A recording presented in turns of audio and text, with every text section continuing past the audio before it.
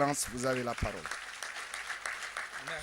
Merci beaucoup, Monsieur le Ministre, Monsieur le Recteur, chers professeurs et étudiants. Caro Maulud, tu parli italiano molto meglio di come io parlo francese, tu parles italien absolument mieux que mon français. Congratulations, mesdames et messieurs. Je suis vraiment honoré d'être ici aujourd'hui. C'est un honneur de m'adresser aujourd'hui à cette institution prestigieuse. Je considère les universités un patrimoine très important. Et surtout en ces moments difficiles, fragiles de nos sociétés.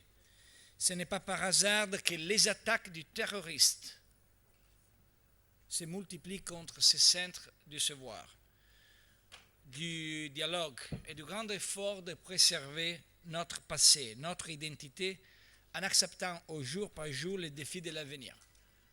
Ils cherchent de tuer les universités parce qu'ils connaissent très bien les valeurs qui, ici, sont témoignées par votre professeur, par votre expérience. Donc, je crois que l'Italie a la responsabilité d'être ici avec vous.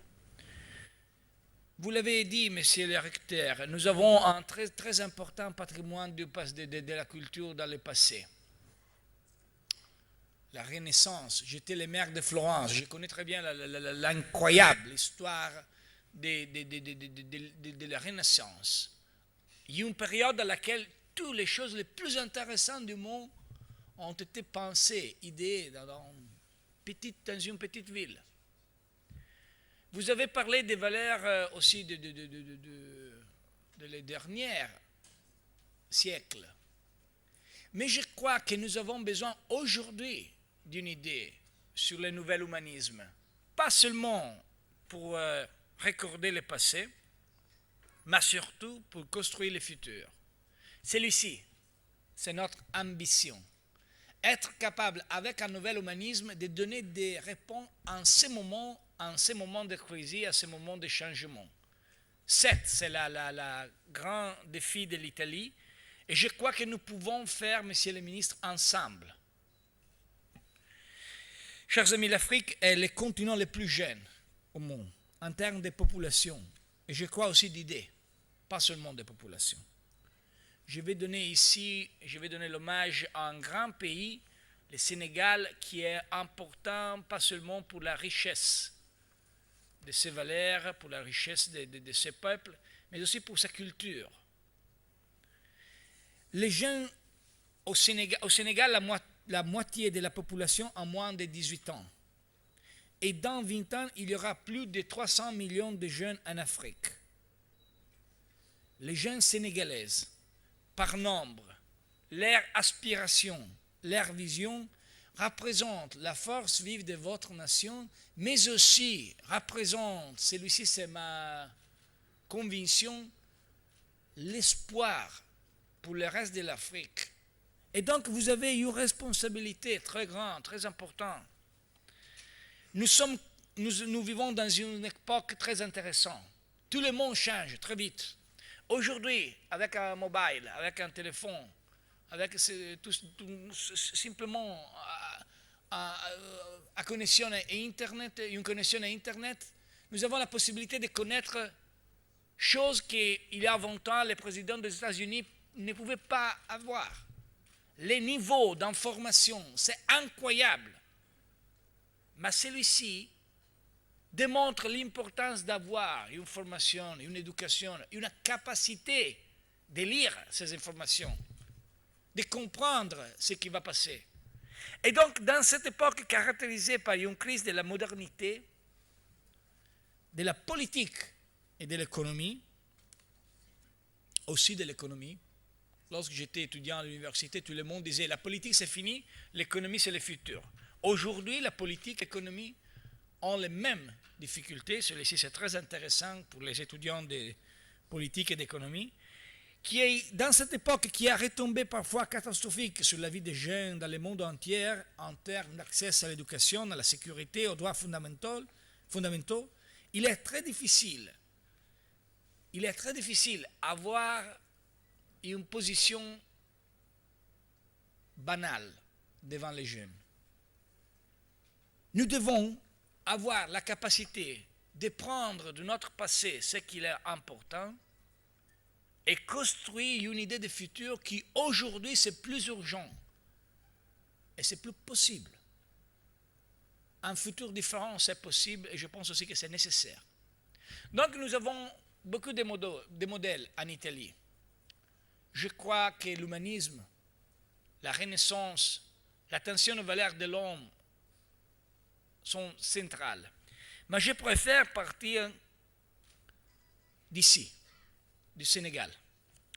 En janvier 1996, Cheikh Anta Diop, grande intellectuelle sénégalaise auquel l'université de Dakar a été dédiée, avait honoré le Cameroun d'une visite historique en s'adressant à la jeunesse africaine. Moi, je pense que l'on doit s'engager, que l'on doit épouser la cause africaine. Nous pouvons apporter quelque chose et en être fiers. Et que soit le degré d'intelligence, cette intelligence doit être mise au service de l'Afrique d'une façon sincère, d'une façon radicale, d'une façon totale. Et en 1994, il s'était adressé de la même manière aux jeunes Nigérians. Formez-vous, armez-vous de sciences jusqu'à Dante et arrachez votre patrimoine culturel. Ce sont des expressions très intéressantes pour moi. Parce que la recherche de la connaissance était pour Anta Diop l'instrument et en même temps l'arme la plus efficace, la plus adéquate pour obtenir la reconnaissance et la justice économique, sociale et culturelle dont les jeunes africains et du monde entier ont besoin. Donc nous pouvons dire que les universités représentent les laboratoires les plus appropriés pour la construction de cette conscience. Celle-ci, c'est la raison pour laquelle, lorsque je visite un pays, je cherche toujours de faire quelques rencontres à l'université. Elles sont les liées pour libérer l'imagination, donner la créativité nécessaire à donner un nouvel dynamisme, un système global statique et léthargique qui réclame de nouvelles idées et une nouvelle force de la jeunesse. Ce n'est pas une question seulement pour l'Afrique. Je pense à mon pays, à l'Italie. Mais je pense aussi à mon continent, l'Europe, qui aujourd'hui a besoin de nouveaux dynamismes. Si vous pensez, l'Europe a été la plus grande, incroyable, nouvelle chose de le monde politique du monde entier après la Seconde Guerre mondiale. Les peuples qui ont tué ses frères ont décidé de construire un idéal commun. Ah, c'est fantastique. Mais aujourd'hui, ce n'est pas suffisant, l'Europe des pères. Nous avons besoin de l'Europe des fils. Et nous avons besoin des jeunes, italiens, français, anglais, de l'Allemagne, de l'Espagne, de tous les pays européens. Donc, les jeunes, aujourd'hui, ont besoin, en Italie, au Sénégal, en Afrique, en Europe, d'avoir une vision pour le futur capable de donner espoir pour le futur. Comme je l'ai remarqué en m'adressant à une autre université, la Sorbonne, la culture est surtout un moyen actif de contraste au terrorisme. C'est précisément pour cette raison que je ne suis jamais fatigué dans mon pays de répéter que pour chaque euro additionnel dans la sécurité, nous devons investir un euro dans la culture.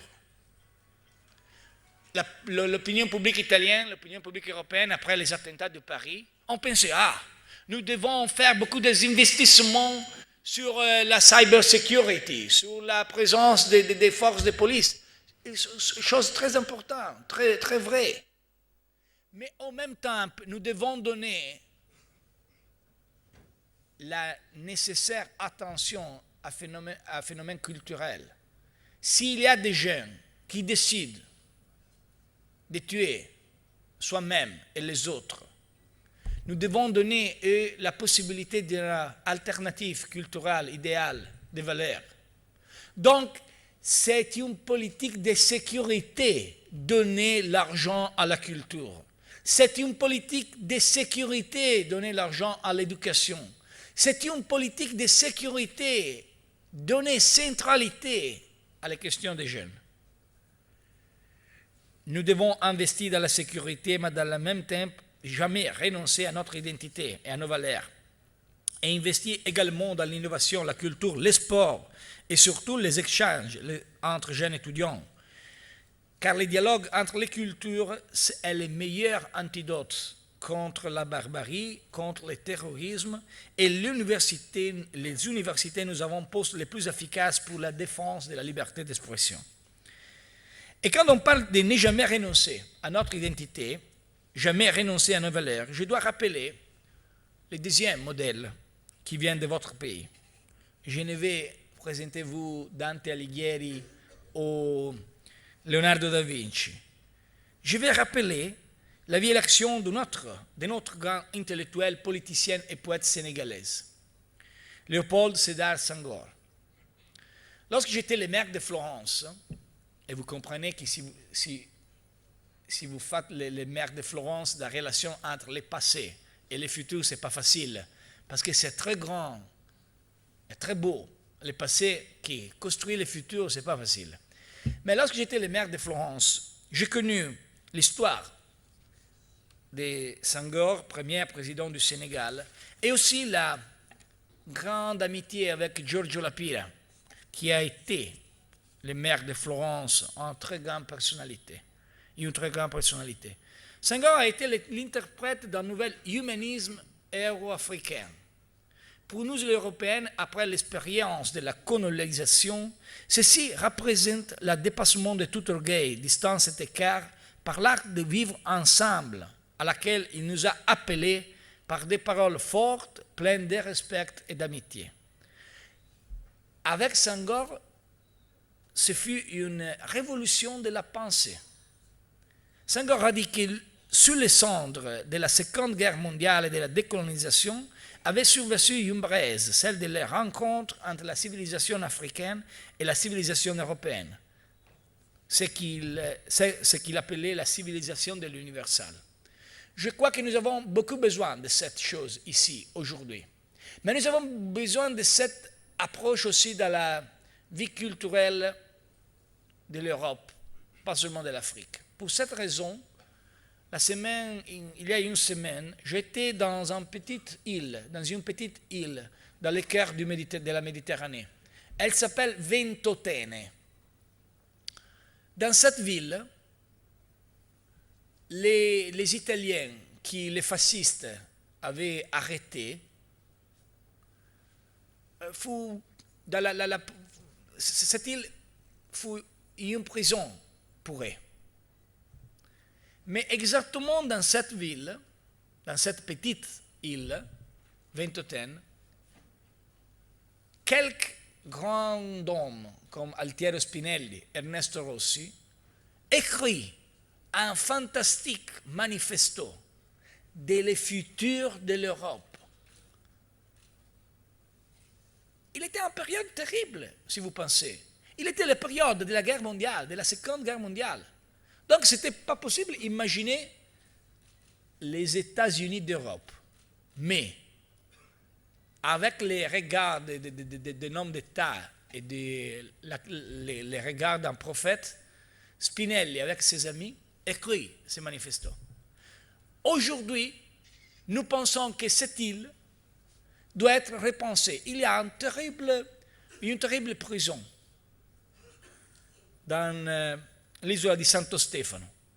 Nous avons décidé de faire beaucoup d'investissements, nous avons pris de l'argent, et nous avons décidé que cette île sera pour le futur le lieu de les rencontres entre les jeunes européens et les jeunes africains, exactement avec cet esprit, avec ce message de nouvel humanisme. Parce que nous pensons que dans ce monde ici, c'est le dialogue, c'est la culture, c'est la tolérance qui peut sauver le peuple. Donc, je crois que Senghor rêvait l'ère Afrique, une réunion entre égaux, enfants libres de l'hostilité des préjugés du passé. Et je crois que Senghor imaginait un avant-goût de la mondialisation culturelle. Sa leçon est importante pour nous tous aujourd'hui. Au temple de l'identité, du localisme, de la séparation, de l'égoïsme, des affrontements entre au sein de ces civilisations. Senghor a soutenu que toute civilisation meurt de sa pureté. Nous devons l'écouter aujourd'hui, en particulier dans notre monde globalisé, où il semble que les objets se mondialisent alors que tous les peuples se tribalisent. Nous vivons ce défi en Italie, où l'appel du monde se traduit depuis plusieurs années par l'arrivée sur nos côtes de tant de réfugiés et de migrants qui fuient la guerre et la faim. Je crois que nous devons avoir une stratégie pour les prochaines années. Pas seulement une réaction, une stratégie. La crise de la migration, c'est un problème pour tous. C'est un problème surtout pour qui va quitter ces pays. Il risque la mort dans les déserts, il risque la mort dans la mer. Mes chers amis, l'Italie va continuer à faire tous les efforts pour sauver le peuple dans la mer. Nous sommes très honorés d'être humains. Le nouvel humanisme signifie d'abord que nous pensons que personne peut mourir dans la mer ou dans le désert. En même temps, nous continuons aussi, si celui-ci c'est un problème pour les électeurs. Il y a beaucoup de démagogie dans tout le monde. Mais je crois que nous devons faire quelque chose ensemble. Et celui-ci, c'est la raison de ma visite auprès de votre présidente. Parce que nous pensons que fixer les jeunes, donner la possibilité d'avoir une occupation, un travail, donner la possibilité de voir les rêves dans les pays de provenance, c'est un grand message. Donc, nous continuons à avoir une très forte position pour sauver les villes et pour sauver les personnes. En même temps, nous pensons qu'il est nécessaire de faire plus d'investissement dans la coopération internationale, plus d'investissement dans les secteurs de l'agriculture, de l'énergie, de la transportation, des infrastructures, de la pêche.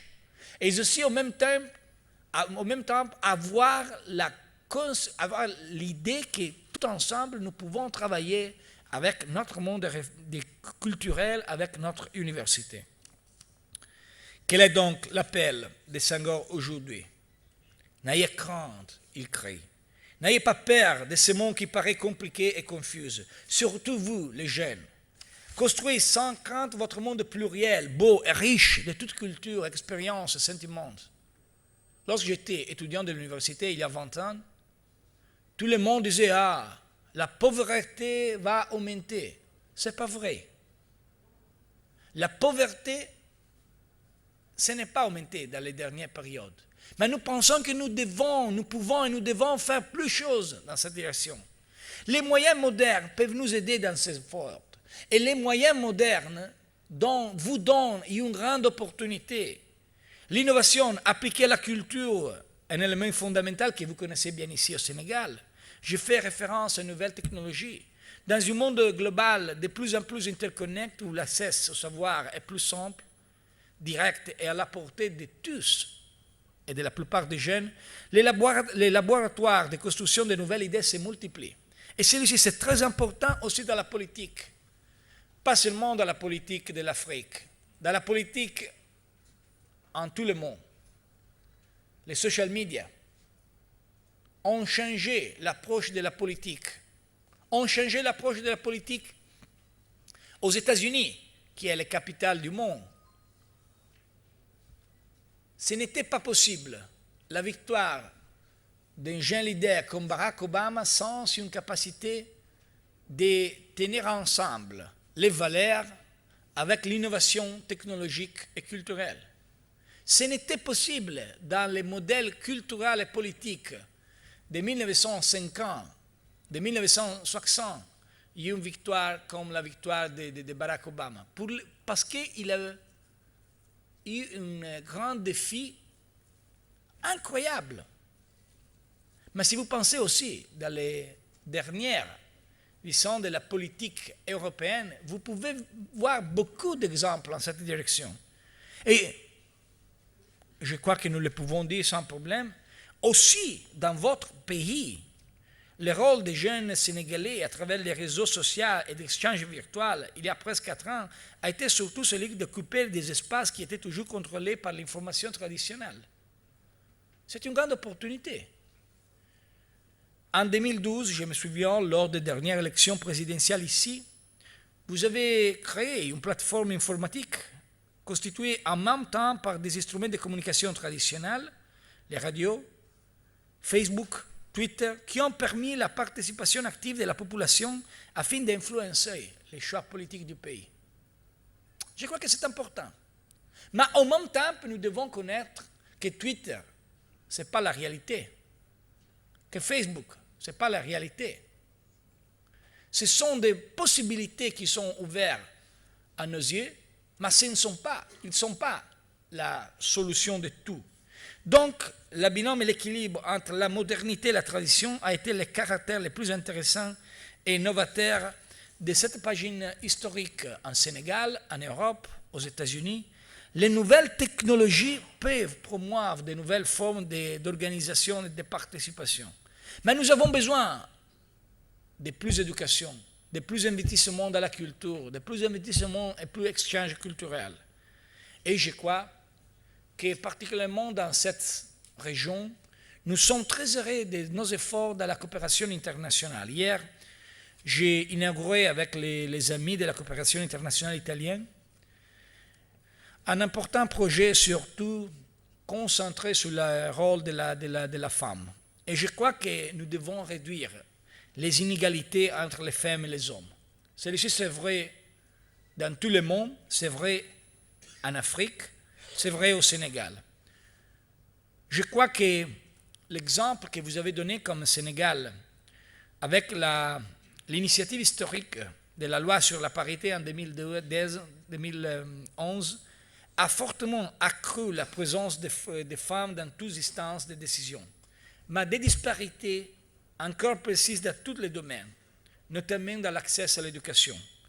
Je crois que c'est une priorité pour nous, pour vous, pour tout le monde, donner un message pour lequel la scolarisation des jeunes filles est considérée peu importante par rapport à l'imaginaire que la population a du rôle de la femme des femmes au foyer. Donc nous devons changer. Nous devons créer une nouvelle attention à ces problèmes. Je crois que nous devons combattre contre les stéréotypes des jeunes et je crois qu'un pays qui valorise le rôle de la femme, c'est un pays plus fort, c'est un pays plus capable de futur. Donc, nous devons combattre ensemble. L'Italie est en première position dans cette initiative avec le Sénégal, avec le gouvernement. Nous avons une très forte relation. Je crois que nous pensons que si nous sommes en condition de faire un investissement sur le rôle de la femme dans la société, pour l'Afrique, pour l'Europe, pour le monde entier, le futur sera plus facile, plus beau. Donc, nous avons parlé de la culture comme antidote contre le terrorisme. Nous avons parlé de la culture comme passé qui devient possibilité de présent. Nous avons parlé de la nouvelle technologie comme opportunité pour les jeunes. Nous avons parlé de la centralité très importante du rôle des femmes et des filles dans l'économie internationale et dans la culture politique. Les prochaines années, l'Italie sera président du G7. Notre attention sera centrée sur la manière de garantir ces valeurs, la culture, les passés comme opportunité pour le futur, les nouvelles technologies, l'empowerment des jeunes tant qu'il est élément créateur du développement. Je crois que nous pouvons travailler ensemble avec le gouvernement du Sénégal. Nous avons une très bonne relation. Mais je pense aussi que ce sera fondamental et crucial d'avoir une bonne relation entre les étudiants et les jeunes. Donc, lorsque nous serons les présidents du G7, nous aurions beaucoup de meetings, de rendez-vous. Nous aurions les meetings et les rendez-vous des chefs du gouvernement et d'État. Nous aurions les meetings et les rendez-vous des ministres de l'Affaires étrangères. Mais je crois qu'il sera nécessaire pour nous organiser au niveau universitaire opportunité de rendez-vous pour avoir une discussion entre les jeunes sur les valeurs que la communauté la plus importante, le G7, doit avoir pour changer le monde. Le nouvel humanisme signifie que nous sommes contre les terroristes qui pensent que leur objectif est tuer nous-mêmes.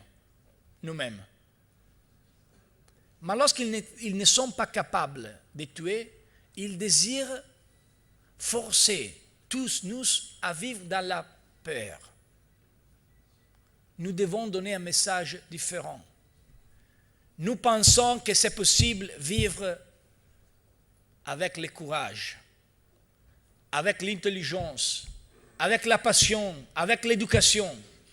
Et je vous attends, chers amis de cette université, à avoir avec nous, dans les prochaines années, la possibilité de travailler pour donner un message de nouvel humanisme aujourd'hui.